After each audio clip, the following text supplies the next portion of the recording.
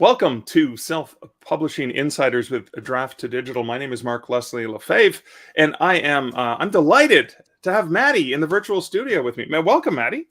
Hi, Mike. Mark, how are you doing? I'm doing great.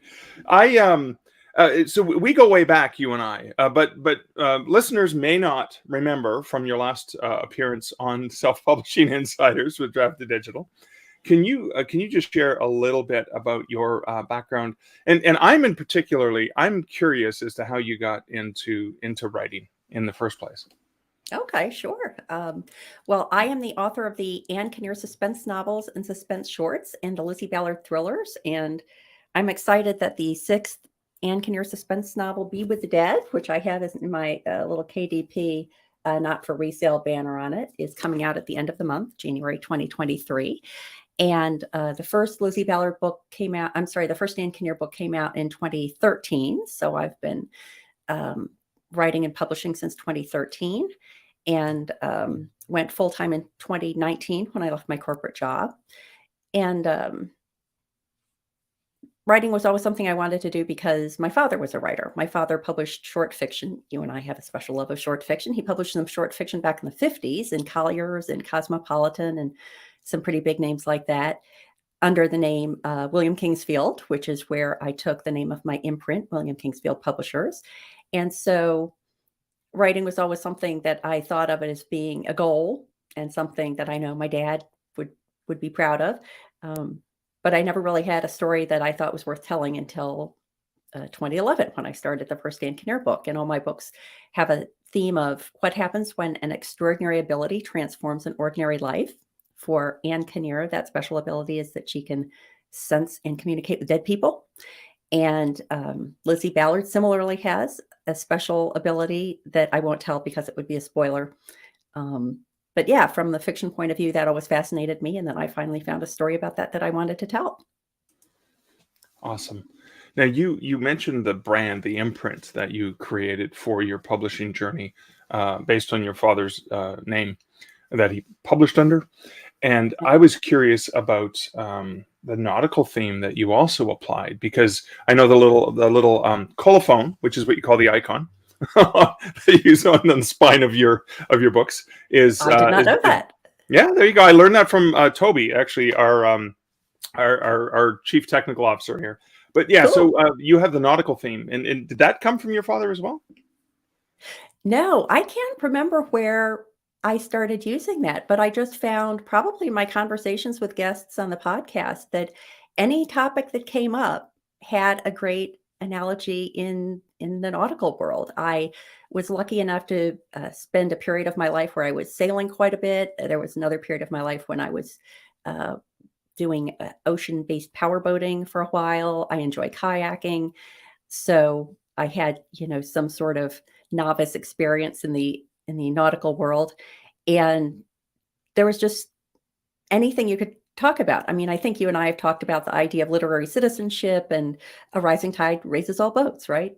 I realize more and more that my writing technique is much less like, let's wait for the muse to show up, and much more sort of a craftsman, like, I'm going into the shop and now I have this to do today.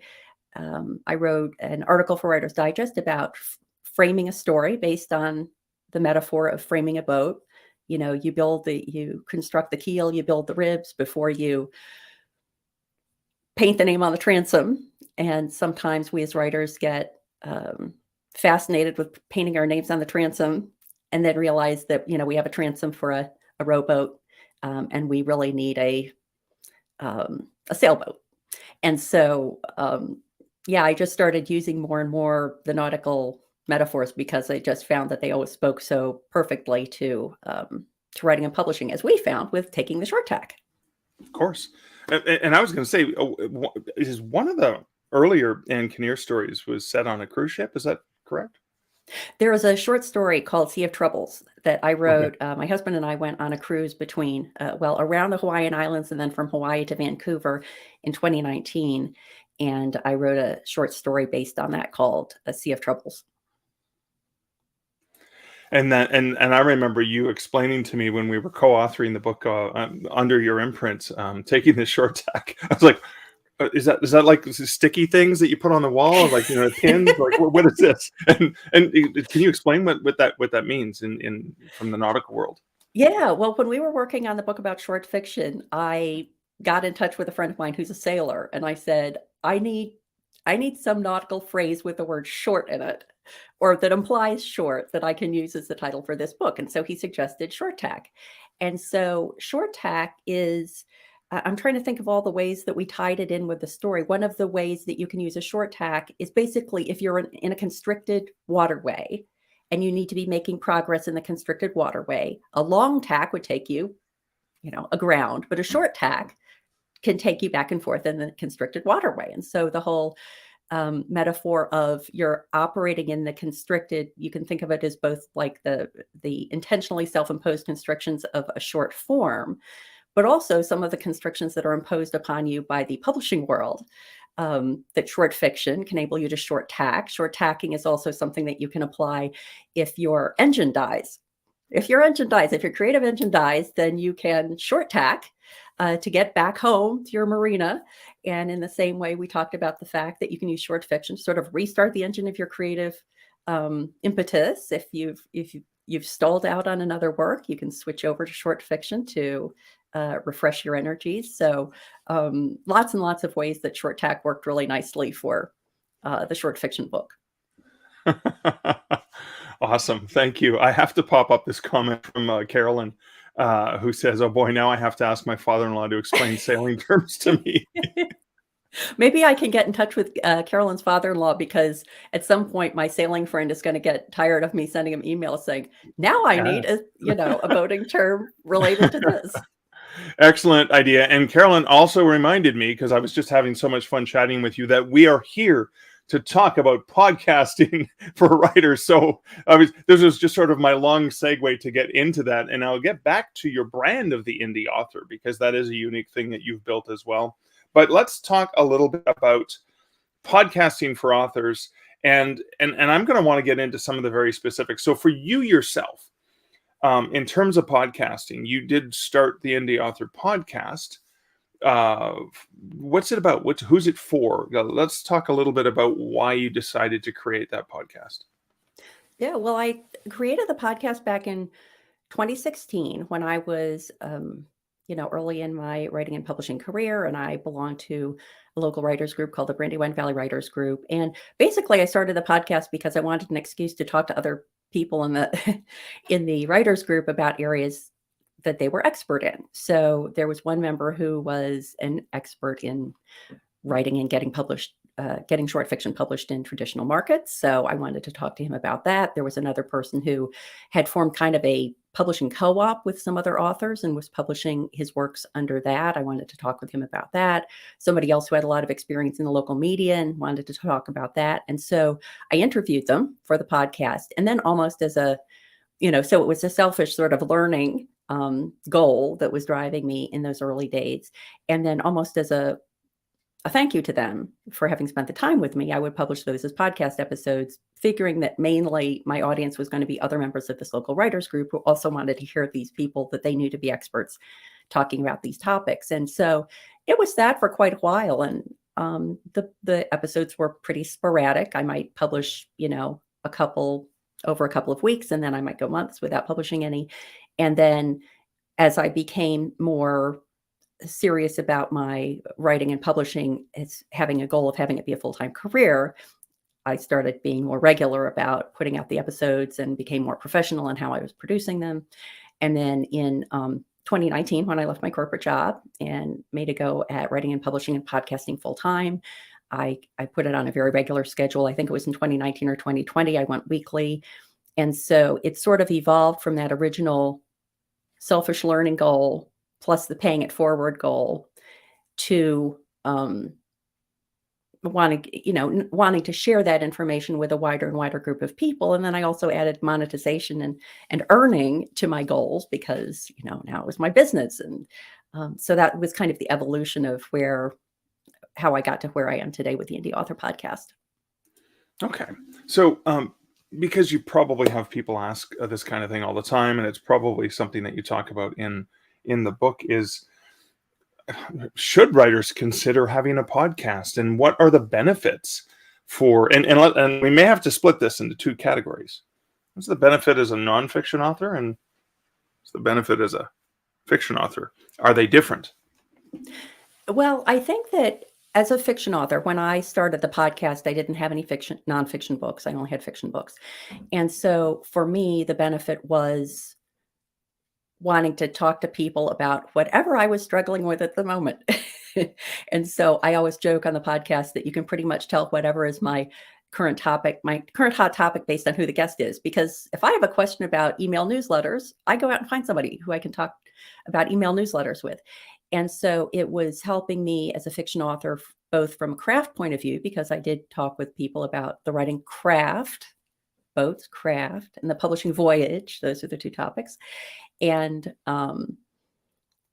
so I was able to do the same thing. If I was struggling with a craft topic, I would find somebody I could speak to about that. So I was getting sort of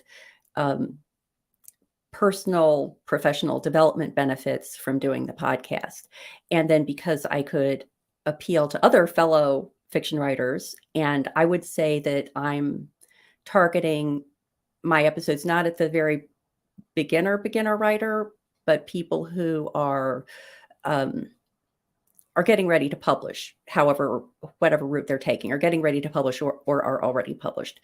I was, being able to share the information that I was learning with my fellow fiction writers.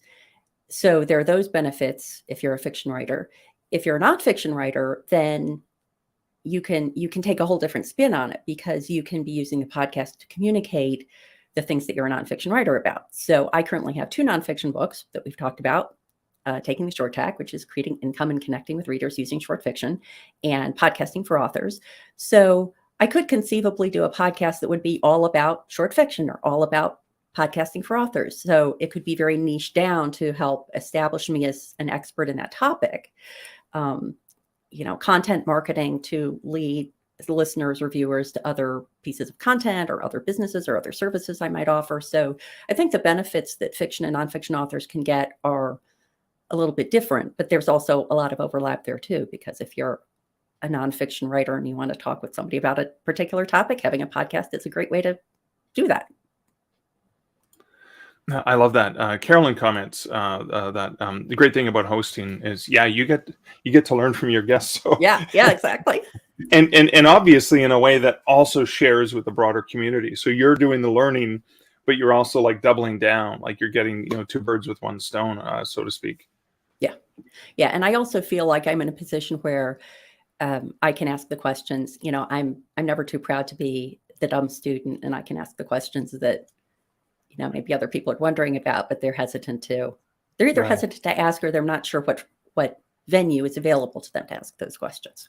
Right. Yeah, of course. So I guess the question is, a lot of advice writers have is, write your next book and work on the next thing and build your author brand and figure out like all these different things you have to do in the author newsletter and all that stuff.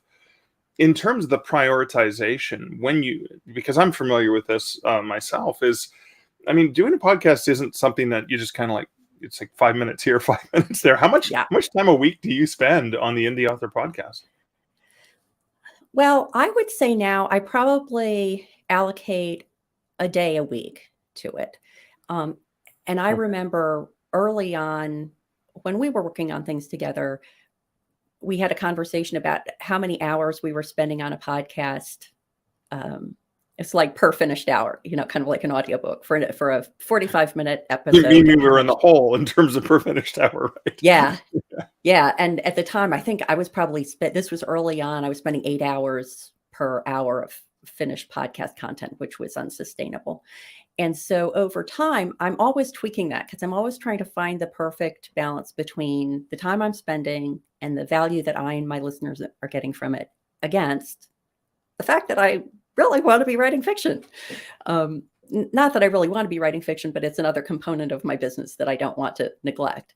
And so one of the things that I did recently, don't tell, this is just a secret between us and just you and I, nobody else is listening. Okay. So one of the pieces of advice I have to people who are thinking of starting a podcast, once they've gotten past all the strategic questions about, are you sure you really want to do this, is start simple and work up. And the way that played out in a bad way for me, where I didn't follow that advice myself, is that pretty early on, I started publishing transcripts. I use Descript to edit my audio and video, and Descript creates an automated transcription, which is quite good, but not perfect. And so a lot of that 8 hours when we were talking about it earlier was me editing the transcript to make it publishable as like an article. And so over time, the transcription service got better. So there was less editing needed, and I got fast with the editing. At one point, I hired somebody to do the editing for me because I didn't want to be spending that time on what was not really value added. I wasn't adding any value that somebody else couldn't do better. And but it was still costing me quite a bit to get that transcript put together. And I kept doing it because I knew there were a couple of people, at least a couple of people, who had gotten in touch with me and said, I'm not really a podcast listener, but I read the transcripts, and I didn't want to disappoint them. But toward the end of last year, 2022, I thought I just have to make a decision about this. And I had put together this whole idea for like a solo show where I was going to explain like the economics and the money and time economics of how I was making these choices. I was going to discontinue the transcript. And then just as I was about to put that episode together, I thought, no, you know what? I'm just going to stop doing it and see if anybody notices. And so on the webpage, there's still a webpage for each podcast episode. And on the webpage, where in the past I would have put the transcript, I put a note saying, sort of a short version of what I just explained. I just can't afford to keep doing the transcript for now. And there are also services that are coming along, like YouTube, closed captioning and things like that can help fill the gap. But if you're here looking for the transcript, I'd love to know. Please just drop me a note at this email to let me know that you were looking for the transcript and we're disappointed it wasn't there. So I've gotten one email from that. Not complaining, just somebody who said, I went to your website, I saw it wasn't there. I'm complying with your request to let you know that I was looking for it. So that's something that I ended up discontinuing, the transcript, because I really couldn't continue justifying, it was costing me more to create in time and money to create an episode than I was getting back in patronage and, those other kind of things that weigh out the investment. So yeah, and it's just something that I'm always looking at. What's the 80% of the business of the benefit that I and my listeners are getting, and making sure that I'm focusing my attention on that, not the 20% that might be causing, 20% of it might be causing 80% of the cost, as was the case for the transcript. So always weighing those kind of benefits. I'm curious for you, like, how do you weigh that kind of stuff? It's difficult to measure. I did have at least one or two listeners who requested transcripts, and I didn't even share that. I didn't have the time, and I wasn't willing. I wasn't making enough money to afford to hire someone to do it. I did try for a little while. It didn't work out, and the time invested in finding the right person is almost more costly. But that leads to, I want to scale this back for anyone who's listening, who's thinking, yeah, I'd love to start a podcast. How much does it cost? Like what's a minimum? Like obviously transcriptions at one level higher, right? Because you're providing that extra service. Yeah. But without that, what's the sort of core minimum of what you would need to do a relatively decent podcast? Like equipment and stuff like that. Yeah, I use, so I have a MacBook Air. I record on my MacBook Air using Zoom. So I have a yearly Zoom subscription, whatever that is, that I would probably have anyway for other business reasons.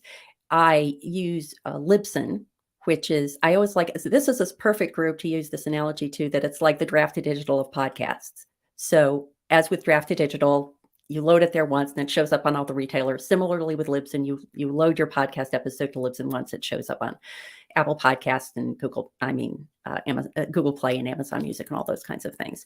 So Libsyn is $15 a month. Descript is, I think the plan I have is $30 a month. I don't think somebody who is beginning would need that. I think there's a less expensive version that you could get away with. And Descript is a great tool for, I like Draft to Digital of blank is high praise. Yeah. especially with this group, right? This is Sorry, I had to this pop that up. is singing to the choir here, or preaching to the choir, I should say. So, Descript has been really invaluable for me because I had no audio or video editing background when I started, and Descript is a tool that creates a transcript, as I said. And even if you don't use a transcript, you get the textual presentation of what it is. And then by editing the text, you edit the underlying audio and video. So it's a super nice way for someone who doesn't have that background to do the editing. It's also quite fun. Like I've gotten quite proficient with it, and I enjoy using it. So I'm spending, that's like about $30 a month, but I could probably get away with a less expensive one. So wait, I mean, like that's over $3,000 a year right there, right? 3,000's whatever, 3,000 and change a year. No, wait, I'm not doing that right. I'm 300. I can't do math. I got to take my shoes and socks off. Yeah. So I would say in terms of, so I'm spending, let's say $50 a month in the subscriptions I need. So Libsyn, Descript, stuff like that. Yeah, I think those are really the only two things that I have that are subscription based. So what is that? $600 a year, less than $600 a year. And then I have, and I'm not counting my computer because I need that anyway. And I have the cheapo earbuds so that the audio doesn't feed back into the recording. And I actually just got a Yeti, a Blue Yeti Nano. So I think that was less than $100. So I think that's it. And I would say don't run out and get like a super expensive mic. Don't run out and get a super expensive anything when you're just starting out. And the technology is such that even if you didn't get like a podcasting mic, even if you just got like a lavalier mic, anything other than the built-in mic on your computer is good. And you can start out, I mean, you could start out with your phone if you wanted to. You could probably podcast from your phone, depending on the kind of presentation you wanted. I mean, I know when I started podcasting, I think 2005 or 6, the very first time, one of the first iterations that then died, it pod faded, as they say. Yeah, pod faded. I was using, I think it was a headset, a $50 headset with a mic. And it's amazing that now that I know more and I've learned about audio like you have, you can hear it still satisfied people back then. So I'm just going to pop this up from Alyssa because she suggested, I thought anyone listening that otter.ai has a free tier for getting AI transcripts. And she says, if I remember right, they're really clean. Lexi says Otter is a quality program for sure. So just for anyone listening, that may be an option. Because I mean, I have a Descript account. I haven't trained myself how to use it. I use Audacity, which is free for a PC, or you have GarageBand on a Mac, right? Like those. I mean, you can go with Adobe Audition if you want to get really fancy and spend a lot more money per month, right? Yeah, there are tons of tools out there. I know I used Otter for personal transcription a while ago, but these things are so changing so fast that if you use something 6 months ago, you really can't assume it's the same experience because they're all just growing by leaps and bounds, which is another reason that I didn't feel that bad about not doing the transcript, because I feel like we're so close to just being available. Yeah. You know, that the idea that it's something that the producer has to do and edit and provide will soon become like an outdated concept. And so I feel like we're very close to just having that taken care of anyway. Yeah, I mean, Lexi comments as AI continues to improve and develop, the barrier for entry is likely going to be lower. Like you can probably just get it on the fly as a listener. So the producer doesn't. So Matty can go back to writing her fiction and spend a few less hours per week on the podcast, right? Yeah. Okay, sorry, I got sidetracked there. So you're looking at a few $100 roughly to get started. Yeah. Now let's talk about the time. You said it was a full day, so like say about 8 hours, 6 to 8 hours a week, which could have been time you could have been marketing your books or spending money on, or spending time on writing your books or any of the other things that you needed to do for yourself. But instead, you did this thing for other people. I mean, it was for yourself. I get it. You were doing research. But you were doing something for other people. Is that is that sort of part of the business exploration of, I mean, in particular, because you have the Indie Author brand, is that just Yeah. part of the expenses?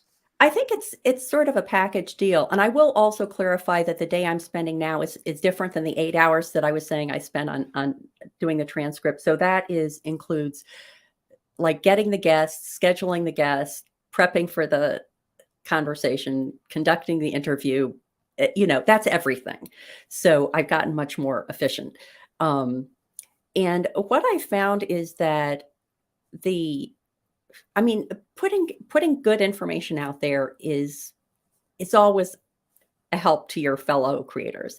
But the other way that it has helped me as from a business point of view, from a financial point of view, just to be crass, is that I'm sure that I've gotten other opportunities that I wouldn't have gotten if it hadn't been for the podcast. So I'm not going to publish a book called Podcasting for Authors if I don't have a podcast. And I've done talks. I did a talk this summer at the Writer's Digest conference on podcasting for authors, which I wouldn't have done if it hadn't been for that. I'm now offering a consulting service to people, to other authors who want to start a podcast. And that wouldn't have been possible if I didn't have a podcast. So it's both multiple streams of income, but there are all the interconnected streams of income, and that idea of the podcast being the content marketing for those other things that you have to offer people.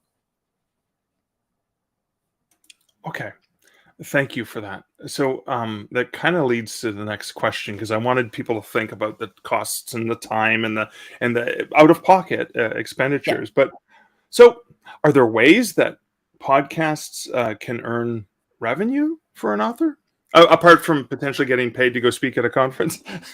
Yeah, well, I think the most common ways that it can be an income earner, and these are the ones that I apply in my own case, are we've already talked about some of those indirect income opportunities.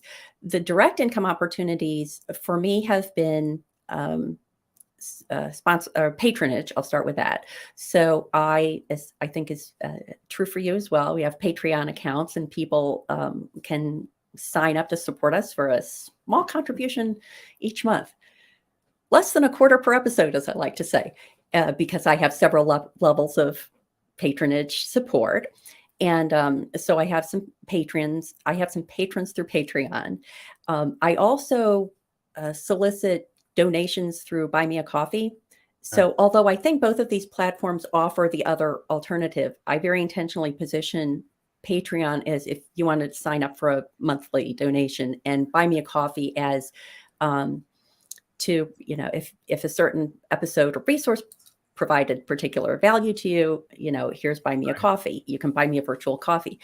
So it's like a tip or something like that, right? It's kind of like, tip, here's right? something for this, where someone else goes, I'll give you a little bit every month. Exactly. Okay. And all right. and Buy Me a Coffee actually now has something called a wish list. So I wanted to read Save the Cat Writes a Novel.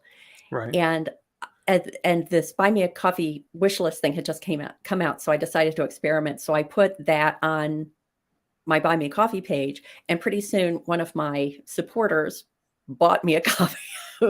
Wait, they buy it through Buy Me a Coffee? They can buy you the book? You actually just say what the cost is. So, I see. whatever it was, the book was $15 or whatever. So I said, I'm looking for $15 to so that I can purchase Save the Cat Writes a Novel, with the expectation that I'm probably going to ask the author, I think it's Jessica Brody, to the podcast to talk about that. And so people can contribute like whatever they want. $3. Here's $3 toward the book. This person kindly bought the whole book. But I also, as I mentioned, have a Blue Yeti Nano. My old trusty Nano finally stopped being, my old trusty Blue Yeti kind of finally stopped being so trusty. So I needed to get a new microphone. So I put that up on Buy Me a Coffee. So in some cases you're getting money, but in some cases you're helping to defray the costs of the podcast. I was thinking of doing the same thing and just put something up saying like 1 month of Libsyn, $15. Do you want to help defray the costs that I'm paying for Libsyn, and kind of see how that goes? So if I wanted to give $5 towards that, do I pigeonhole it and say, hey, Matty, here's $5 for your Libsyn or for your Yeti or whatever? Yeah, you just go in. If people want to look at it, they can go to Buy Me a Coffee /the Indy Author, and then there's a wish list button, and it shows the items on the wish list. I think the microphone is the only thing. And they can find that from the indieauthor.com as well, right? There's links Yes. in your Yep. podcast episodes, I think. Yep, at the footer, at the bottom of every page at theindyauthor.com. You're such a good lead in there, Mark. You can find a link to buy me a coffee. Okay, And, no, but that way people can check it out and see what it's yeah. all about and how it works. Because I mean, you shared that with me quite a while ago, and then I just went and added it into. Now I haven't done anything active like the wish list, which I think is amazing. I just have it there for people who maybe want to support but don't want to commit, right? Like this is a long-term thing, Mark. I don't know. Like maybe I'll just buy. Maybe let's just go for a coffee, right? Well, what I think that buy me a coffee is something a lot of people could take advantage of. And an example of where I recommended it to someone is there's a photographer who I follow on Facebook named Jocelyn Anderson. She takes beautiful bird pictures. Beautiful. Everybody should go look up Jocelyn Anderson photography on Facebook. And there was a picture that I wanted to use as my wallpaper for my computer. And so I sent her a note, and I went to her website and I looked around and I didn't see anything. And I said, do you have something like, well, first of all, would you be okay if I used it as my wallpaper? I'd be happy to pay you. And if you have something like buy me a coffee, I'd be happy to send you whatever, $5 or whatever to use your photograph. And she wrote back and she said, oh, that's a good idea. No, I don't have that, but you're welcome to use it as your wallpaper. But I thought, man, I think she's really leaving some opportunity on the table, because if she just had a button that said, if you want to use one of my pictures, feel free, and if you'd like to pay me a little something for it, then use buy me a coffee. I think it would be a great opportunity for that kind of scenario.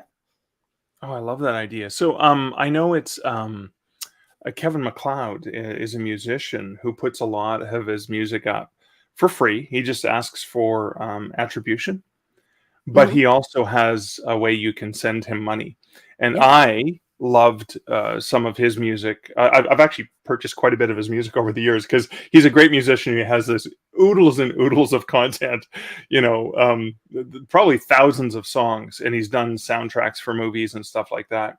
And for my podcast, like all I had to do is attribution. So at the end saying, hey, this song is from Kevin MacLeod. It's going that's in comptech.com.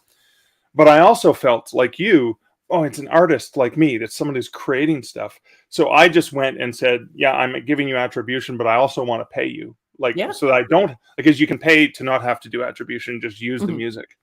But I do both, because I was like, why not share this with the world, right? Like the beautiful pictures that you were talking about. And why not support the artist if you can? Because we know not everyone's going to support the artist, and that's fine. But those who feel maybe, I don't know, it just feels good to buy someone a coffee to say thank you. I appreciate that. I think that there's nothing wrong with making it easy for people to do that who are of a mind to do it. And I think the key thing here I want to sort of focus on is, if you didn't ask, you definitely wouldn't get. Right? I mean, you went out of your way to contact this photographer and ask her how you could give her money. I mean, people aren't going to go out of their way to go, hi, Matty, I've been listening to your podcast and it's great. It's been out for years. There's no way for me to just say thank you. Is there some sort of buy me a coffee, right? You made it easy for them to just click a button, right? Yeah, I think that I discovered Buy Me a Coffee because I was having a problem with Scrivener, and somehow I found Gwen Hernandez, and Gwen does consulting engagements, and I had done a consulting engagement with her, paid for like an hour, and then later on I had a question and I sent it to her and she sent me an answer, with no charge. But when I was on her website, I saw that there was the buy me a coffee option. I was like, that was so nice of her just to hop on. And I sent her like, I don't know, $5. It's not a lot, but you get enough people who each send you $1 or $5 or $3 or whatever. It's can add up in a nice way. That's exactly what I think. When I look at Draft to Digital and I think about all the channels Draft to Digital publishes to, there are some channels, some of the library channels, some of the other retailers outside of the big English language markets, where the money that's coming in isn't huge, but every little bit helps. I get a little bit from here, a little bit from there, and it's the same thing with Buy Me a Coffee. It's the same thing, because that helps offset that monthly fee for the podcast hosting, right? It helps offset the you're gonna wear out equipment. Like this is your second. I have a permanent mic I leave here, and then I used to take it and detach it from my arm, put it in my luggage, and if I had to interview someone on the road, I would have it with me. I just bought one of those little ones, the nano ones for travel, because it's smaller. It's always in its box. Yep. And I don't have to. I can leave this one here, this larger one. So, but that's a cost, right? You had to find money to pay for that. Yeah, yeah. And at some point, you want to be able to do it as labor of love, but it's not practical. Which leads me actually to the other two ways I think people can monetize podcasts, which is affiliates.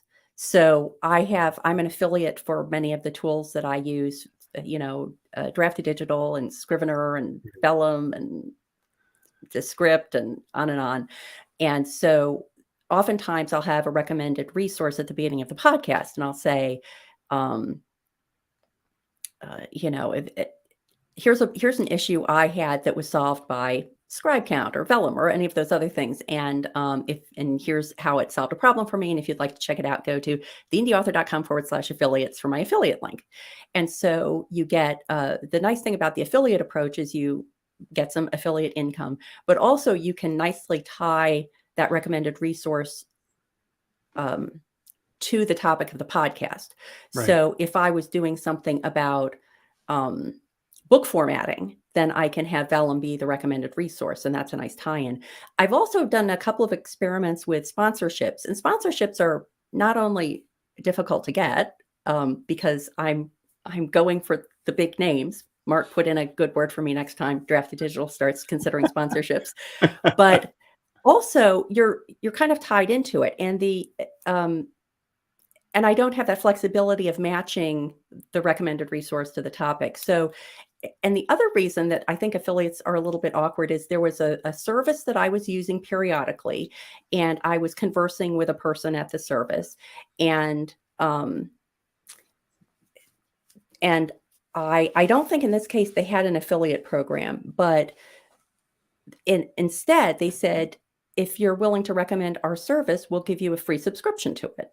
So I got the free subscription. I started playing around with it. I was using it to a certain extent, but it wasn't really grabbing me. And so if I had an affiliate relationship, I would have had to call them up and say, I really don't want to recommend your service anymore. I actually ended up doing that. Like, I got in touch with them and I said, I'm just not using it enough that I feel like I can really recommend it. Feel free to take me off the complimentary plan. I'll pay for it when I need it. And they wrote back and said very nicely, no, if you ever are moved to recommend it, please go ahead. But, go ahead and keep the complimentary thing. So I had that flexibility because it wasn't an affiliate relationship. So I would just say if people are pursuing affiliate relationships, then make sure it's with companies, first of all, that you really use and really like, and are pretty sure you're going to continue using and liking into the future. No, I agree with you 100%. I could not take money from a sponsor that was not someone I used, someone I trusted, a resource I found valuable, and one that's operating with integrity too. Because I have been offered money from nefarious outfits that are just all trying to take money from authors and trick them into things. And it's like, the money's good, but I don't play that game. I want to do services. So, and the other thing I think that we forget about, so your episodes where you referenced and talked about how you use this service, so it's trusted and valued, even if you're not continuing to talk about them in the future. Those backlist episodes, you know this by going to Libsyn, they're still getting downloaded. So it's not like a newspaper ad that is most likely been recycled or burnt up or put in someone's archive somewhere and is never going to be seen again. There are new people every week from episodes from years ago that are going to listen to it, right? Yeah. And that actually reminds me of another, this isn't just a money-making thing, and it doesn't apply just to podcasters, but I have made a lot of use of Writer Beware and the Alliance of Independent Authors Watchdog Desk, because sometimes I'll be pitched, not necessarily by someone who wants to become a sponsor or affiliate, but usually somebody wants to be a guest. Right. And if I haven't heard of them, if I don't know them myself, I'll often send the name to those two groups, Writer Right. Beware and Ally. I think for Ally, you might need to be a member to get this service, but Writer Beware, you do not. You can just send them the name and say, the Acme Company approached me. What do you know Yeah. about the Acme Company? After Oh my doing a God! certain You know amount what of they due did to poor diligence. Wile E. Coyote? Yeah, exactly. And they know they're watching out for Wile E. Coyote. And so that has saved me some potentially embarrassing situations of having guests on that I'm glad I didn't. Right. Similarly, if somebody approached me about a sponsorship opportunity, I would check it with them. But I use any opportunity I can to mention those resources to authors, because there's unfortunately so many people who are trying to take advantage of Yeah. people's desire to get their books out into the world and find readers for it, that if you should just always check with those resources or the lists they have online of the good and bad actors to make sure that you're partnering with the good ones. Oh, 100%. And I'm just going to share this from the comment is writerbeware.blog. Yeah. Alyssa shared is very Yeah, thank you. important. It's a valuable community service. Victoria Strauss, I mean, she's been at it since as long as I've been in the business of writing. So Yeah. she's been working at this for a long, I mean, before the internet, it was part of a newsletter, but wow, amazing. All right. So we're getting close to the end. What are some final thoughts in terms of to podcast or not to podcast? Let me get my skull. To podcast or not to podcast? That is the question. What do you recommend for fiction, nonfiction, anything like that? Yeah, one of the things I would recommend is that in the book Podcasting for Authors, at the end of every chapter, there's a list of questions, and they start out with the questions that you should be asking yourself to find out if podcasting is right for you. Because we don't want to be, the number that I kept hearing is that 70% of podcasts pod fade before they get out more than 7 episodes. And I was never able to find out like the true number behind that, but it just feels right to me, and it feels right to other people I've asked about that. So you don't want to be one of those people. You don't want to have invested all that time and not have it be something you want to go forward with. But if you go to theindyauthor.com and you click on Podcasting for Authors, there's a downloadable sheet there that's the questions, freely downloadable sheet that's the questions from the end of the book. And starting through that can help you say, is this something that is really going to serve me creatively or professionally or financially or whatever? Like, what am I really looking to get out of this? And is it something that's realistic? And it can just help you think through those. And then if you, of course, if you want help talking through those considerations, I do offer a Podcasting for Authors consulting service, but you can get a lot just from that, just from thinking through that downloadable worksheet. Oh, awesome. I love that.